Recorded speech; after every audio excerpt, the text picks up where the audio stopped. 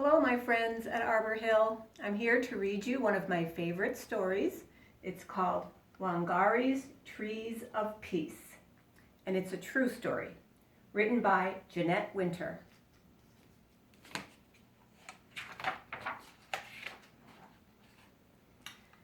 The earth was naked. For me, the mission was to try to cover it with green.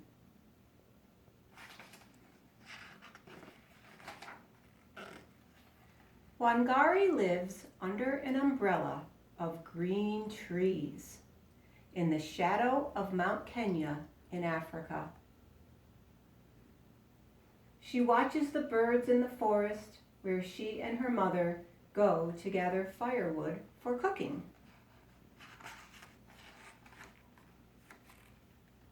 And she helps harvest the sweet potatoes, sugarcane, and maize from the rich soil. Wangari shines in school, and when she grows tall, like the trees in the forest, she wins a scholarship to study in America.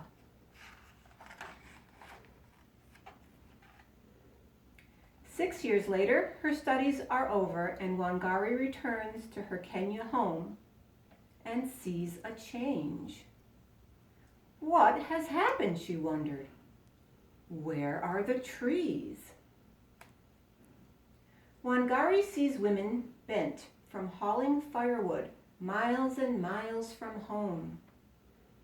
She sees a barren land where no crops can grow. And where are the birds?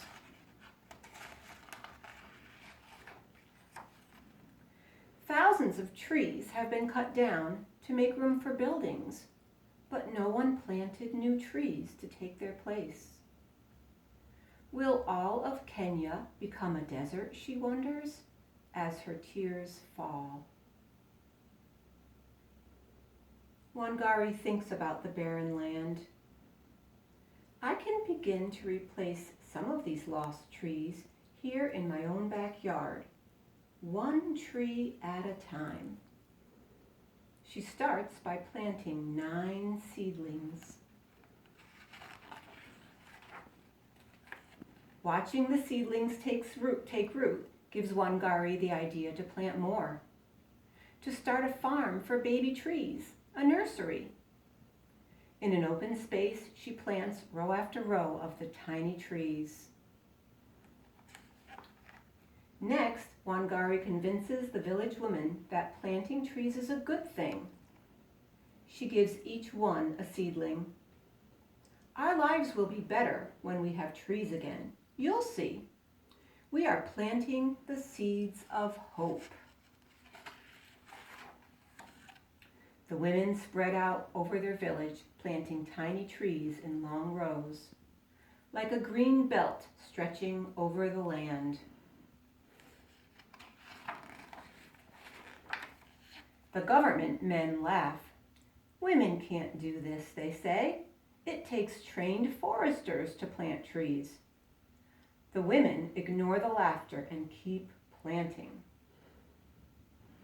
Wangari pays them a small amount for each seedling still living after 3 months. Their first earnings ever. Word travels like wind rustling through leaves about the green returning to Wangari's village. Soon, other women in other villages and towns and cities in Kenya are planting long rows of seedlings too. But the cutting continues. Wangari stands tall as an oak to protect the old trees still remaining. We need a park more than we need an office tower. The government men disagree. Wangari blocks their way, so they hit her with clubs. They call her a troublemaker and put her in jail. And she still stands tall. Right is right, even if you're alone. But Wangari is not alone. Talk of the trees spreads all over Africa like ripples in Lake Victoria. More women hear the talk and plant even more seedlings in longer and longer rows. The seedlings take root and grow tall until there are over 30 million trees where there were none. The umbrella of green in Kenya returns. Women walk tall, their backs straight, for now they can gather firewood closer to home. The land is no longer barren. Sweet potatoes, sugarcane, and maize grow again in the rich red earth. The whole world hears of Wangari's trees and of her army of women who planted them. And if you were to climb to the very top of Mount Kenya today, you would see the millions of trees growing below you and the green Wangari brought back to Africa. The end. Thank you for listening.